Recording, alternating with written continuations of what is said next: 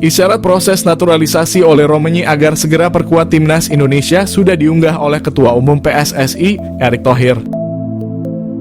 Erick Thohir mengisyaratkan oleh Romagne sedang menjalani perpindahan kewarganegaraan untuk membela timnas Indonesia dalam lanjutan putaran ketiga kualifikasi Piala Dunia 2026 zona Asia. Hal itu diketahui setelah Erick Thohir dan oleh Romagne sama-sama menunjuk ketika berpose di akun media sosial sang ketum PSSI. Diprediksi oleh Romagne belum segera menjalani debut timnasnya bersama skuad Garuda tahun ini. Paling cepat debut penyerang FC Utrecht bersama timnas Indonesia terrealisasi pada Maret 2025, tepatnya saat timnas Indonesia melakoni laga tandang kontra Australia. Tentu saja dengan kehadiran oleh Romagne akan menambah daya dobrak lini serang skuad asuhan Shin Tae-yong. Kini yang menjadi sorotan ialah ada harga yang harus dibayar dengan naturalisasi oleh Romagne, yakni kemungkinan ada striker yang lebih banyak diabaikan oleh Shin Tae-yong di sisa round 3 kualifikasi Piala Dunia 2026. Striker yang sangat mungkin minim mendapatkan panggilan di sisa 5 pertandingan putaran ketiga. Striker PSS Sleman, Hoki Caraka menjadi salah satu bomber muda bertalenta yang dimiliki timnas Indonesia. Hoki selalu dilirik oleh STY sepanjang round 3. Meski demikian, Hoki Caraka belum dimainkan sama sekali. Serupa dengan Hoki Caraka, striker Persib Bandung Dimas Derajat juga sangat mungkin terkena dampak kehadiran naturalisasi oleh Romagne. Pasalnya dari 5 laga di putaran 3 kualifikasi Piala Dunia 2026, mantan striker Persikabo ini sekalipun belum memperoleh menit bermain. Catatan lebih baik justru dihasilkan penyerang Persebaya Surabaya, Malik Rizaldi. Kendati baru membukukan 2 caps bersama timnas Indonesia, dia sudah pernah dimainkan oleh Shin Tae-yong pada kualifikasi Piala Dunia 2026. Dirangkum dari laman Transfermarkt, Malik Rizaldi membukukan catatan waktu 63 menit dalam 2 pertandingan bersama timnas Indonesia. Kecenderungan cedera yang dialami Malik Rizaldi sangat mungkin membuatnya disingkirkan oleh Shin Tae-yong demi jaminan tempat bagi Romagne. Nasib yang mirip dengan Dimas Derajat maupun Hoki Caraka juga dimiliki bomber Persis Solo, Ramadan Sananta. Dari 5 laga yang sudah dimainkan timnas Indonesia, Ramadan Sananta sekali berada di daftar pemain. Tepatnya saat menahan imbang Arab Saudi, itu pun tidak dimainkan. Selebihnya, Ramadan Sananta dicoret dari daftar 23 pemain yang dibawa timnas Indonesia untuk bertanding. Nama yang paling mengejutkan ialah Rafael Struijk. Penyerang Brisbane Roar Australia tersebut selalu menjadi langganan Shin Tae-yong di round 3. Bahkan dia sudah mengukir 1 gol, tepatnya kala menahan imbang Bahrain. Akan tetapi Struijk belum lama ini memperoleh kritik karena secara performa mengalami penurunan. Jika dikomparasikan dengan Ragnar Oratmangoen, Struijk sangat mungkin untuk terkena imbas dari kehadiran oleh Romagne di lini depan skuad Garuda.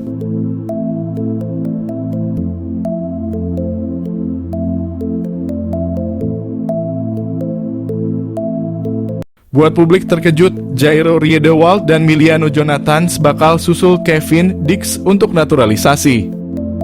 PSSI kembali menjadi pusat perhatian publik setelah beredar kabar mengenai rencana naturalisasi pemain keturunan Jairo Riedewald dan Miliano Jonathans yang disebut-sebut akan menyusul Kevin Dix. Kabar ini memicu beragam respons dari para pencinta sepak bola tanah air yang menantikan kehadiran pemain-pemain dengan kualitas internasional untuk memperkuat skuad Garuda. Sebelumnya dalam keterangannya, PSSI melalui Arya Sinulinga menegaskan bahwa fokus proses naturalisasi masih tertuju pada penyelesaian Kevin Dix. Namun diketahui kini Kevin Dix telah resmi WNI pada 8 November 2024 lalu. Kevin Dix memang menjadi salah satu pemain yang sudah lama diincar untuk memperkuat lini belakang timnas Indonesia, khususnya dalam menghadapi kompetisi internasional yang akan datang.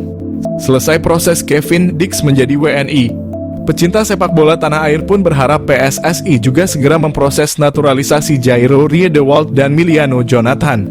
Perlu diketahui meski Jairo dan Miliano menjadi pemain yang ramai diperbincangkan patut untuk menembus dan memperkuat timnas Indonesia, proses naturalisasi pemain itu tidak dapat berjalan dengan mudah.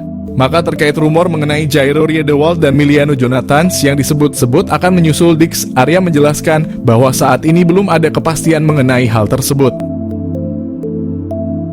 PSSI masih belum memberikan lampu hijau untuk memulai proses naturalisasi bagi kedua pemain itu.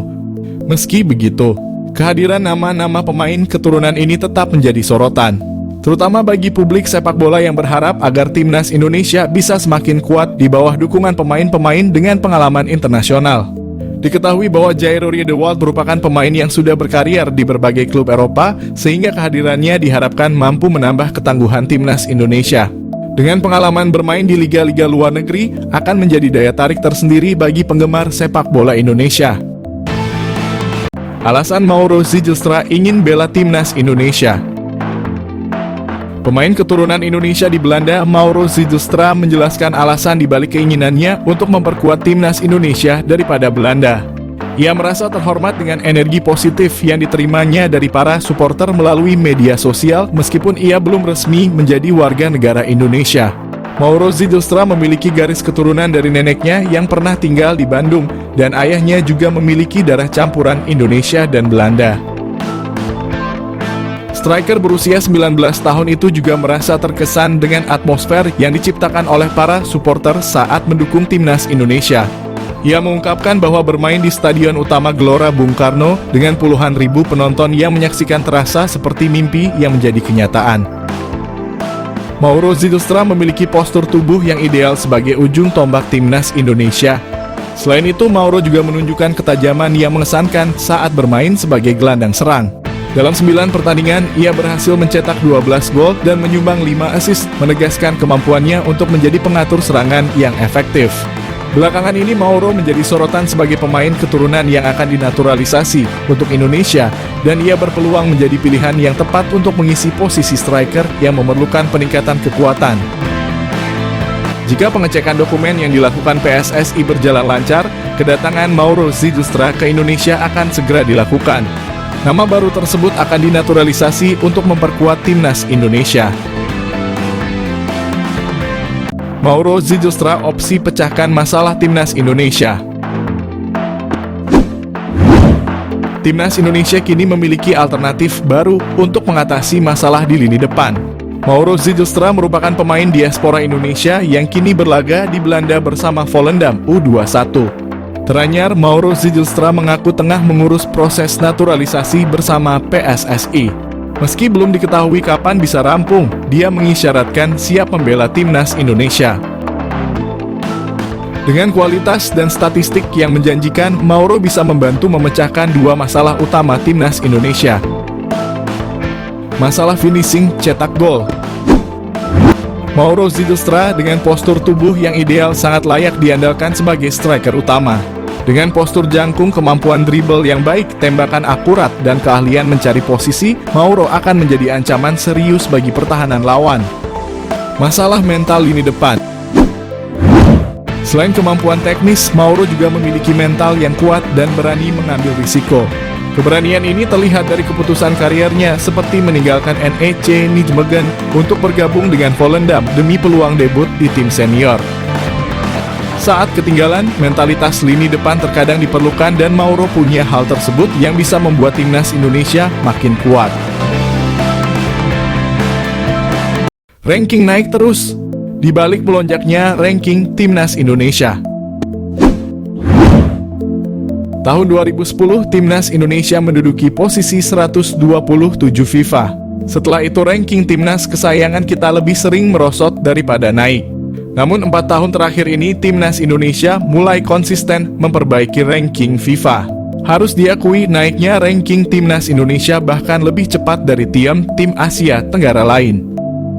Sementara Indonesia bisa naik hingga 10 tingkat langsung, negara-negara ASEAN lainnya kembang kempis naik sedikit demi sedikit. Hal itu juga menimbulkan pertanyaan terutama bagi fans negara lain. Sejak kapan ranking selalu naik? Kalau ditelusuri kembali, ranking Indonesia mulai sering naik sejak tahun 2021. Meskipun bukan berarti Indonesia tidak pernah turun. Setidaknya kalaupun rankingnya merosot, tidak terlalu banyak jika dibandingkan dengan tahun-tahun sebelumnya. Pada tahun 2010, Indonesia pernah menduduki peringkat 127. Namun merosot jauh hingga 15 peringkat setahun berikutnya menjadi 142. Lalu melorot lagi hingga menjadi 156. Bahkan Indonesia pernah turun ke peringkat 179 di tahun 2015. Barulah pada tahun 2021 penurunan ranking Indonesia tak sampai 3 peringkat. Pada Agustus 2021 ranking Indonesia sempat turun dari 173 ke 174, lalu turun satu peringkat lagi di bulan berikutnya. Setelah dalam 2 bulan hanya turun 2 peringkat saja, Indonesia lalu naik langsung 10 peringkat di bulan berikutnya. Pada Oktober 2021, Indonesia sudah duduk di posisi 165. Di bulan Maret 2022 ketika Indonesia naik dari 160 ke 159. Lalu di akhir tahun 2022 saat Indonesia menduduki posisi 151 dari sebelumnya 152. Dan yang terakhir di perhitungan terbaru, yakni Juli 2024, Indonesia naik ke posisi 133. Kalau ditanya apa faktornya Indonesia naik pesat, jelas bukan Gianni Infantino, melainkan Shin Tae-yong. Bukan karena taktik atau kemampuan Shin Tae-yong. Namun yang perlu diapresiasi adalah visi dari Shin Tae-yong itu sendiri bertekad untuk memperbaiki ranking FIFA Timnas Indonesia. Berkali-kali Shin Tae-yong bilang bahwa target pribadi jangka panjangnya untuk Timnas Indonesia adalah 100 besar FIFA.